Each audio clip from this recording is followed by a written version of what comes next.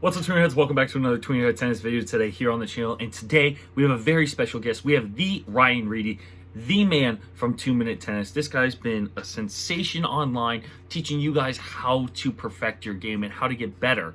And I'm very excited to bring him on to my channel, especially for how big he has gotten. So I'm very thankful that he's here. We're going to be putting him through a series of different videos to see if he can quickly correct what's wrong with certain shots. And I have a couple videos lined up for him, and he just has to go through them as quickly as possible. Now, it is a bit of a long video, but I hope you guys do enjoy it. It's really fun and definitely worth it for your own game to listen to what he has to offer. So I hope you guys do enjoy this video. Make sure to hit that like button, as well as making sure you subscribe to Tweener Tennis. We're trying to hit 2,000 subscribers by the end of the year, so make sure you smash that sub button. And I hope everyone enjoys the video and has a great day. Thanks, guys. Ryan, thank you for finally joining me for this video that I've been wanting to do for such a long time. Thank you, Ryan. I really appreciate it. Hey, thanks so much. I really appreciate it, Philip, and I'm just so happy to be here with you. No worries. I think today I sent you the concept of what we're doing, right? So I wanted to get straight into it. I'm going to share my screen with you, and we are going to go over a couple of... Yeah, you haven't prepped me. No, you haven't prepped me for any of this. No, I haven't. Which actually pretty cool. All right. Can you see my screen? Can you see my desktop or the videos? Yeah, I can see a couple videos. There's like 8, 7. Yeah, so like you can see this and my mouse going over them. All right. I can see everything. Yep. Okay, perfect. So we're going to start with this one. All right. Sorry for the image. It's a little bit blurry. But this kid was, I believe Zoo Tennis shot this one during a junior USTA event. And I think you've probably seen this. So I'm going to play out the clip. I haven't seen this. Yes, perfect.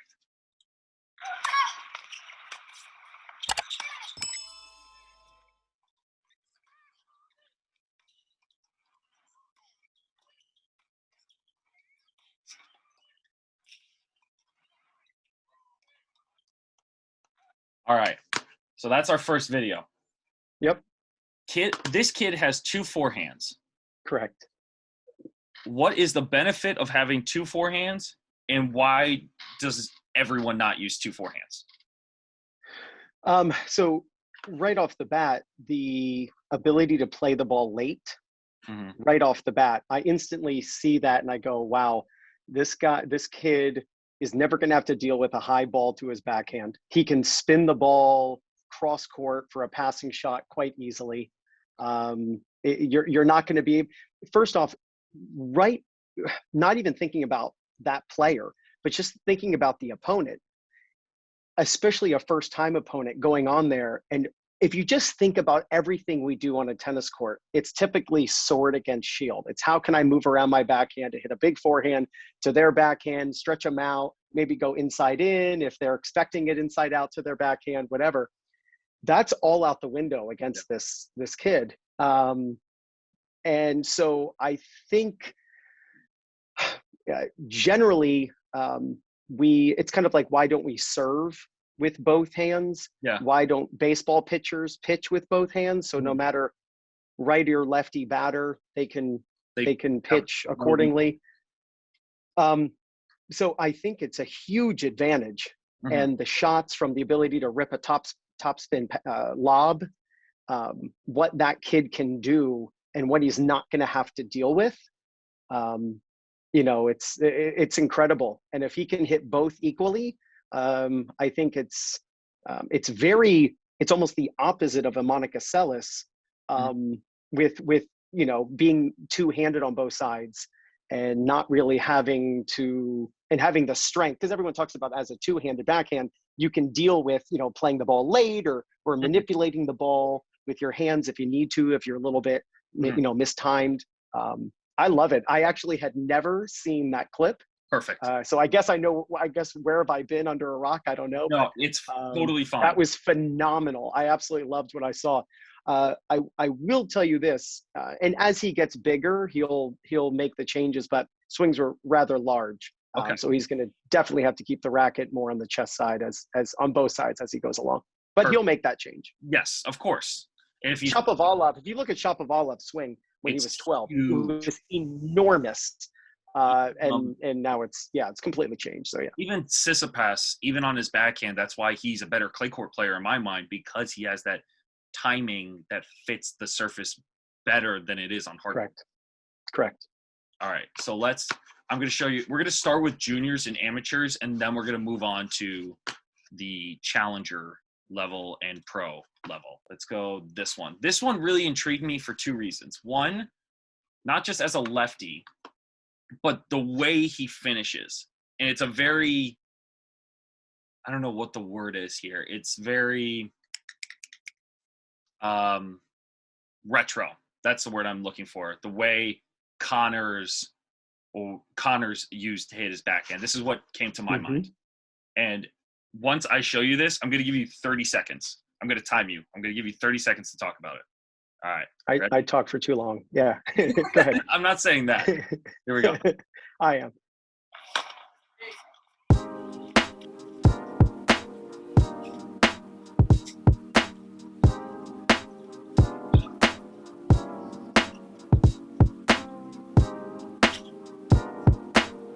All right. So. Can you play that one more time, because I feel like he uses the same side of the racket on both shots. He does not. He uses the same side of the racket. Watch this. Oh yeah. Forehand. Do you see that? Side. He uses the same side of the. He uses the same side of the strings on both. Yeah, I wouldn't even say Connors. He kind of does the Bjorn Borg. Yes, that's it. So hold on. Go ahead. Timer up. Ready? 30 seconds. Starts now. Yeah. So I think it's very funny not funny, but it's interesting how his forehand is so like next gen, and then his backhand is so classic. To be honest with you, the grip, if you want to talk about some of the negatives, the grip system that he has, I think he's going to struggle with like a lower backhand. His top hand is quite severe. But he's letting go at a time when the ball is already off the racket. So to be honest, I don't think it's that big a deal. As long as he's pushing through the ball with his right hand and then letting go, and he's going to be able to get inside out topspin. But I just thought it was fascinating that he used the same side of the strings on forehand and backhand. I didn't even notice that, to be honest with you, when I first showed you that. It was the very first thing I noticed. I said, "Holy crap, he's not changing." Very first thing. Well, wow. Yeah. Because that's it's interesting. By the way, you went 42 seconds on that one. It's interesting because when I notice things like that, I notice the follow through or the finish, not necessarily where the head of the racket is. I never really thought about that. Only if they have their grip turned that far, like Jack Sox, is when I notice the racket face. That's so interesting. All right. Yeah, that was our two amateurs. Actually, third. This one I found on Instagram. This was sent to me, and I'm going to have to mute it because it has copyrighted music, and YouTube doesn't like that at all. So we're going to have to mute that. So share screen. This one with the favorite stroke. Yeah. Here we go. Pretty athletic if he can do that.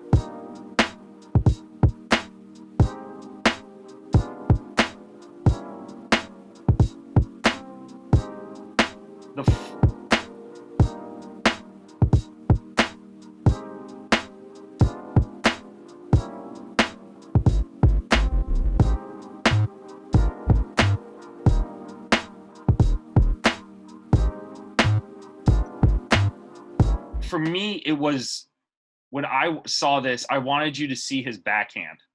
Yep. Yeah. So go ahead and go backward. Well, you can stop. Stop when pause his racket when he's taking it all the way back. So that's keep going.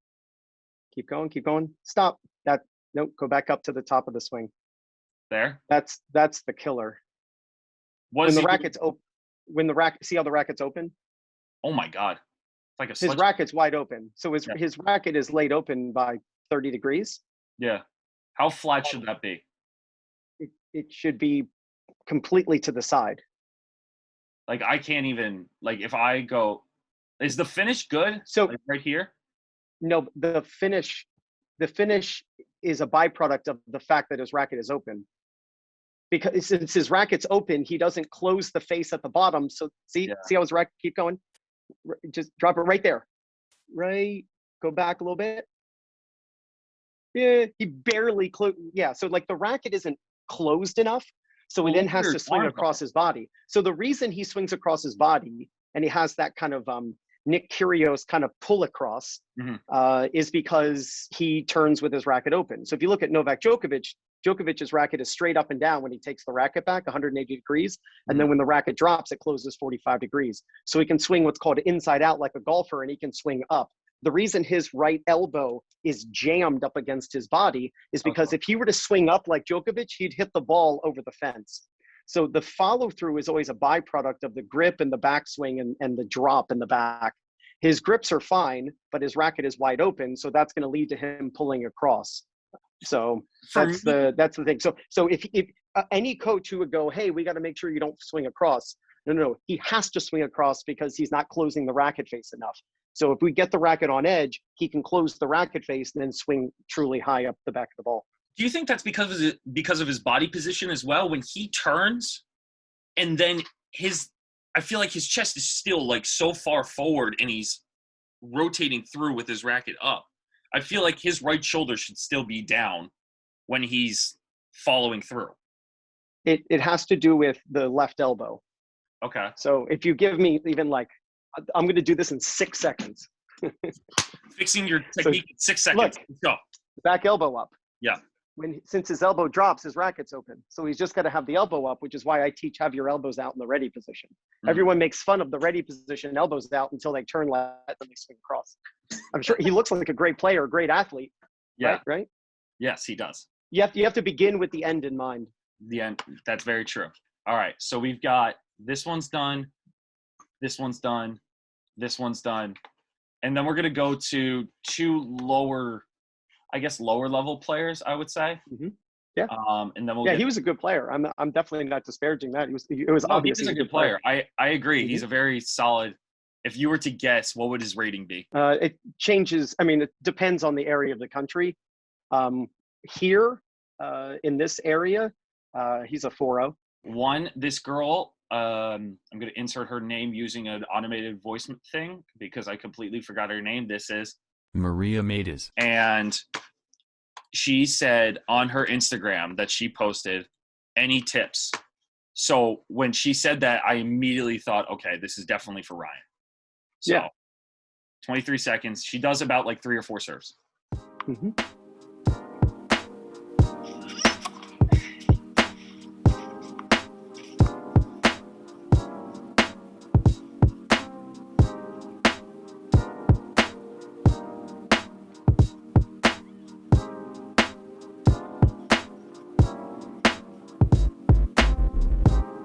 only hit 2 serves, 20 seconds, but that's okay.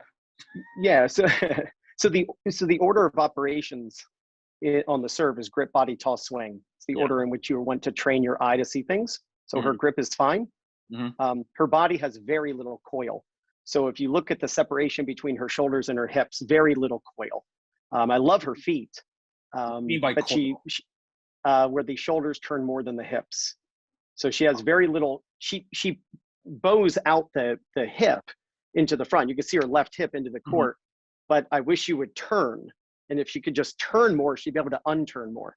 So the rotation from where? Can you go back up? Can you go back up again? I just want to see. Yeah, I mean, here. There's so much right here.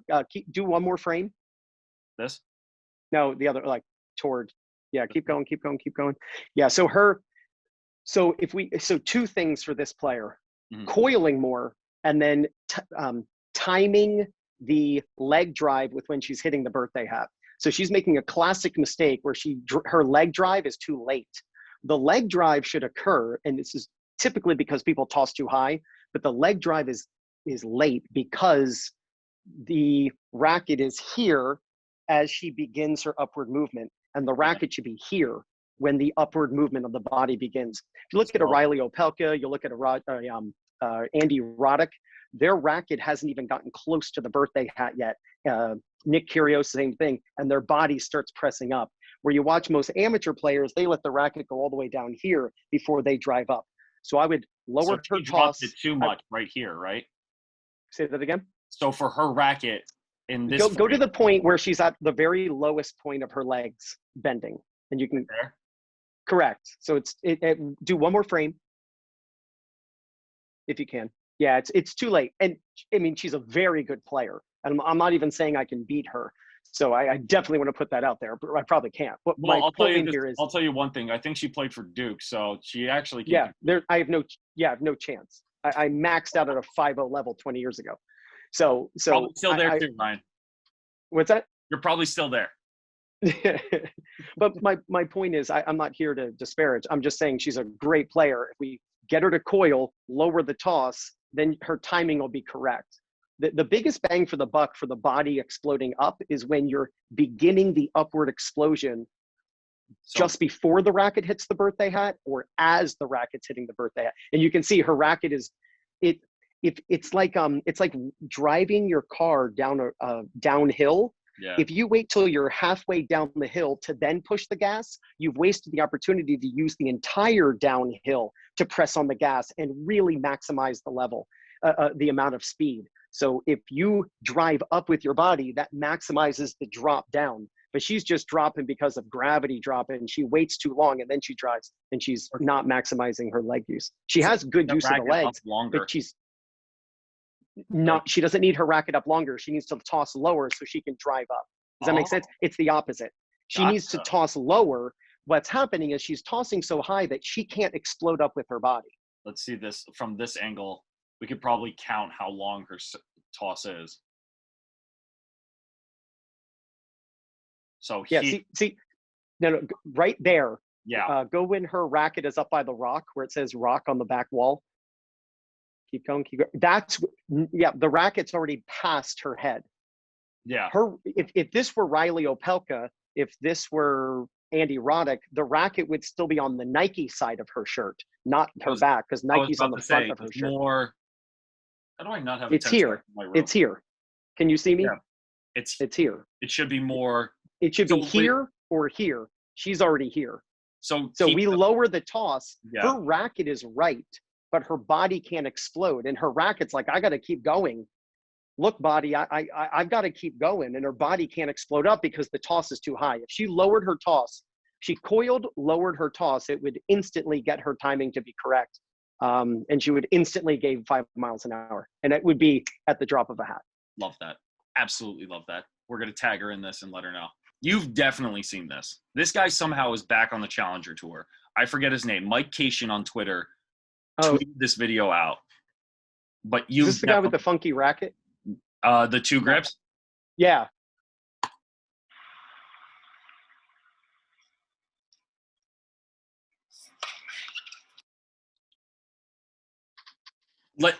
Okay, I'm going to stop sharing because we need to see your full face for this. Why is that a thing? So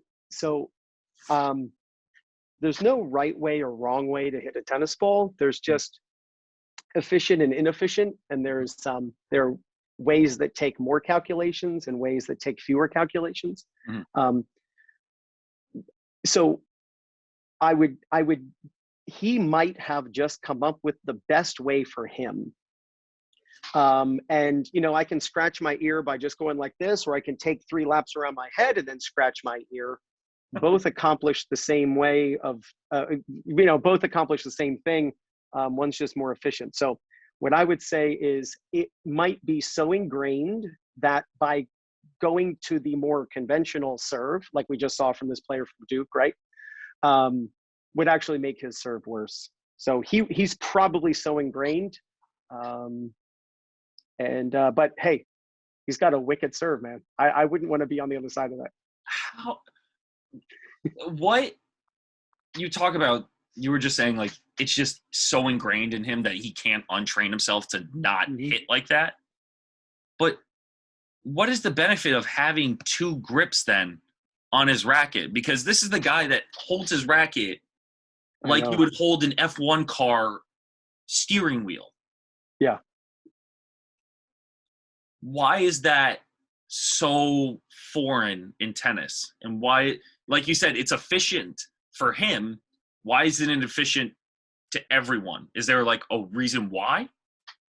Well, two negatives make a positive. So maybe he had a deficiency in his learning and his athleticism and his coordination. And what I mean by that is he had something that was keeping him from using the sticks that you and I use. Yeah. And he just decided, you know what? Instead of trying to fix the swing, maybe I'll just make a change in the equipment to compensate for my uniqueness. And it turns out that two negatives make a positive. And if you look back at Roddick and you hear the stories about when he was 12 years old and he was really struggling with his serve, so he just started, and Roddick doesn't start the way most people think, is he goes up and then he dips down, and all of a sudden it becomes very conventional, like everyone else's serve, to be honest. But it was all of a sudden how he felt most comfortable, using a lot of leg and driving up, which drives the racket down. But he started experimenting with different things that, and he got to number one in the world for a hot second. But he's a great example of doing something unconventionally in order to jive with the way he naturally was struggling with the conventional way to learn a serve. Oh, 100%. And for the last one, you've definitely seen this player before. This is the pro that I brought to you. And from what I've heard, may or might not be true, this person has changed their swing or grip style over the past couple of years. And I don't know if it's true or not, but you definitely know this person. Little pressure. Follow a lot of pro tennis. Yes, so you do. You know this. Oh, okay. Here we go. Yeah.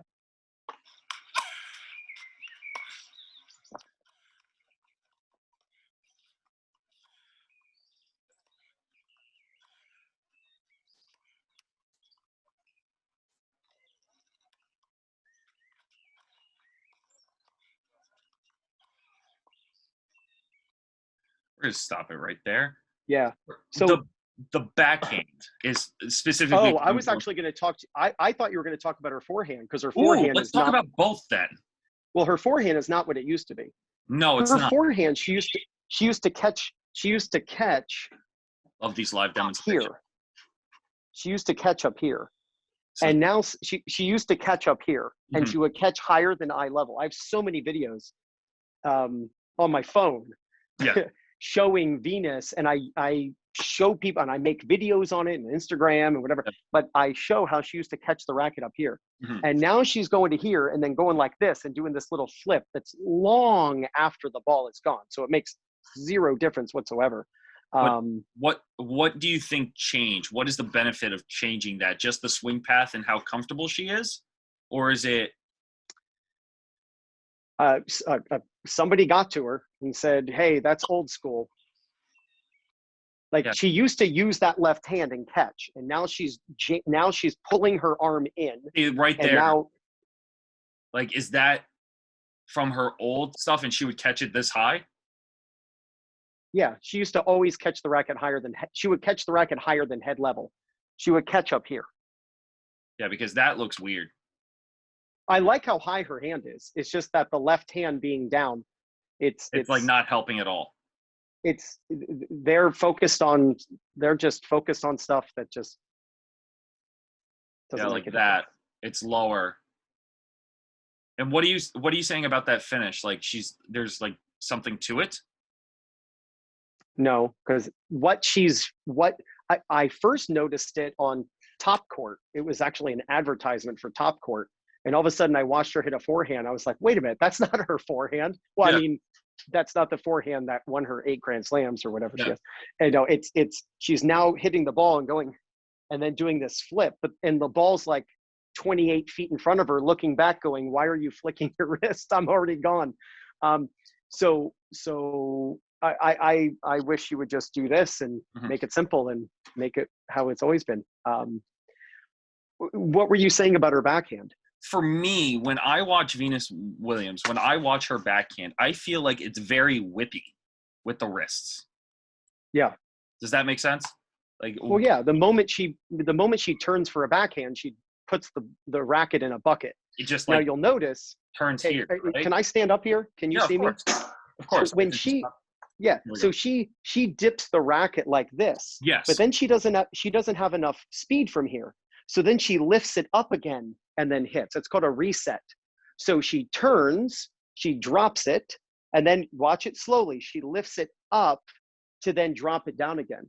She'd be better off just keeping the racket up the whole time and Yes. then just dropping Like and a getting normal gravity human being. assisted racket speed.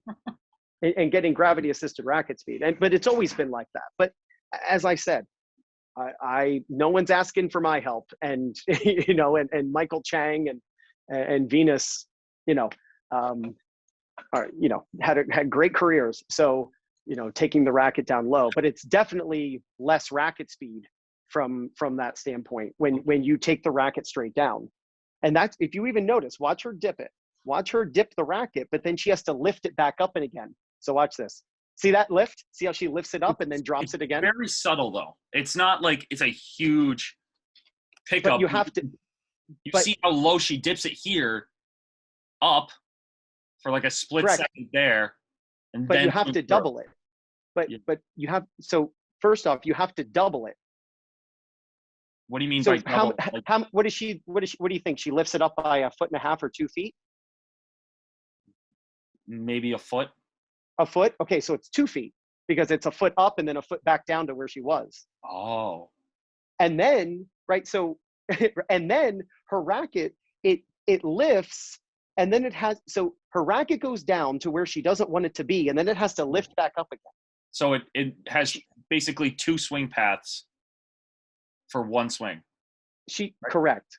Yeah, so she takes the racket down low, and then she realizes she doesn't have enough power, so she lifts it back up again, but it doesn't look like a foot to me. It's like 1.5 feet, almost 2 feet.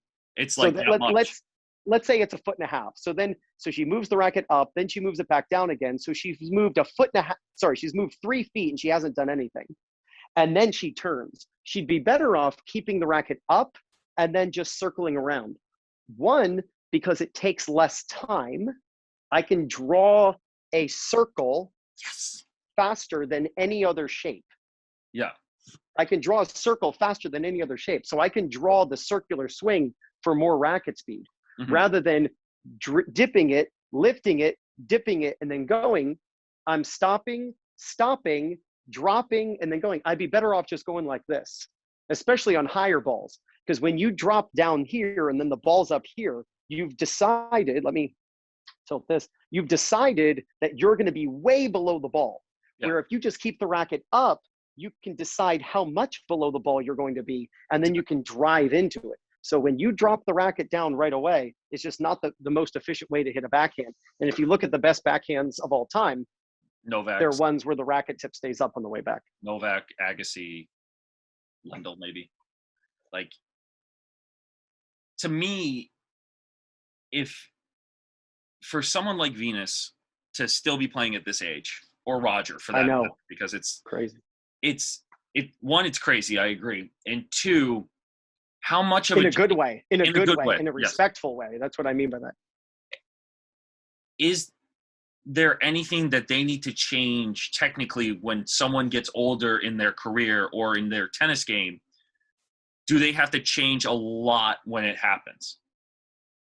Well, change is harder, especially when you're results driven. And that's why you have to be, that's why it's so important to not have any weak points technically, that as you get older, I mean, if you look at a Stefan Edberg and his back, like, and he's 30 years old and he has to retire or whatever. I mean, he was very young. He was around that time. Same with Roddick too. Roddick retired earlier because of his shoulder and the amount of stress that he put on it because of his serve. Correct. If you look, I mean, this is what's so incredible about Federer, and correct me if I'm wrong, but I don't believe he has ever retired from a match. And so he is so, like, in the middle of a match. Yeah. He is so smooth and he is so relaxed. And that truly is the key to longevity, is you only have so many forehand swings. You only have so many serves that your body can handle. So you want them to be as efficient as possible to Or- reduce the wear and tear. I totally agree. And Ryan, this has been incredible. Not just for me, but for people that have been watching this as well. Cool. For out of all these videos, which one do you think needs the least amount of work besides Venus? Because it's Venus. Oh yeah, it would be Venus by a long shot. It would be the player from Duke. Okay. I mean, I would do anything to get on a Zoom call with that player and start to do a little side-by-side comparison of what she needs to do, because her timing is off. She has beautiful leg drive and she has a beautiful swing, but they're mistiming and they're misfiring, and they're not, and it's like shifting, right? So if you're shifting in a car, it's got to be at the right time. And if you're off time, too early, too late, your acceleration doesn't happen the right way. So coil more, lower the toss. Her serve, and the consistency would go way up, because with her toss being like that, as that ball falls, it picks up speed. So the ball's going to pass through the window of opportunity quicker. 9.8 meters per second, right? So it's falling and it's harder to hit to time it. So if she's nervous, windy day, sun, match point for the opponent, second serve, lower toss, more time to hit the ball. It's a good thing. So yeah, it's amazing. I'd love to reach out. Can you send me her link? I'll reach out send to her. and I'll send you the link to her. But Ryan, thank you so much for doing this. I really do appreciate this, and I'm glad. I love it. This was fun. Crash. I couldn't be happier. So if you guys don't know who Ryan is, get to know him very well, because this guy is probably one of the most online present people in terms of tennis instruction from Instagram. What do you have, 40,000 followers now? Yeah, it's like 35, I think, yeah. Close to 40K. He's already at 60K on YouTube. Like, he's everywhere, and if you want to get even TikTok. Even TikTok's going. You've been blowing up. Yeah, I'm at 51, I think, on TikTok. Yeah. 51K? Yeah. Oh my God. And I don't dance. This man's famous. So please feel free, check him out. If you want to get one of his lessons too, go to his website. He does Zoom meetings. He does 2minutetennis.net. Yeah. He doesn't even need to see you in person. He can fix it over the internet. That's how good this guy is. And again, thank you so much, Ryan. I really do appreciate it. You got it. Hey, thanks, Philip. This has been an honor, and I'm super excited that you asked me. So no worries. Thanks, my friend. Take care, guys.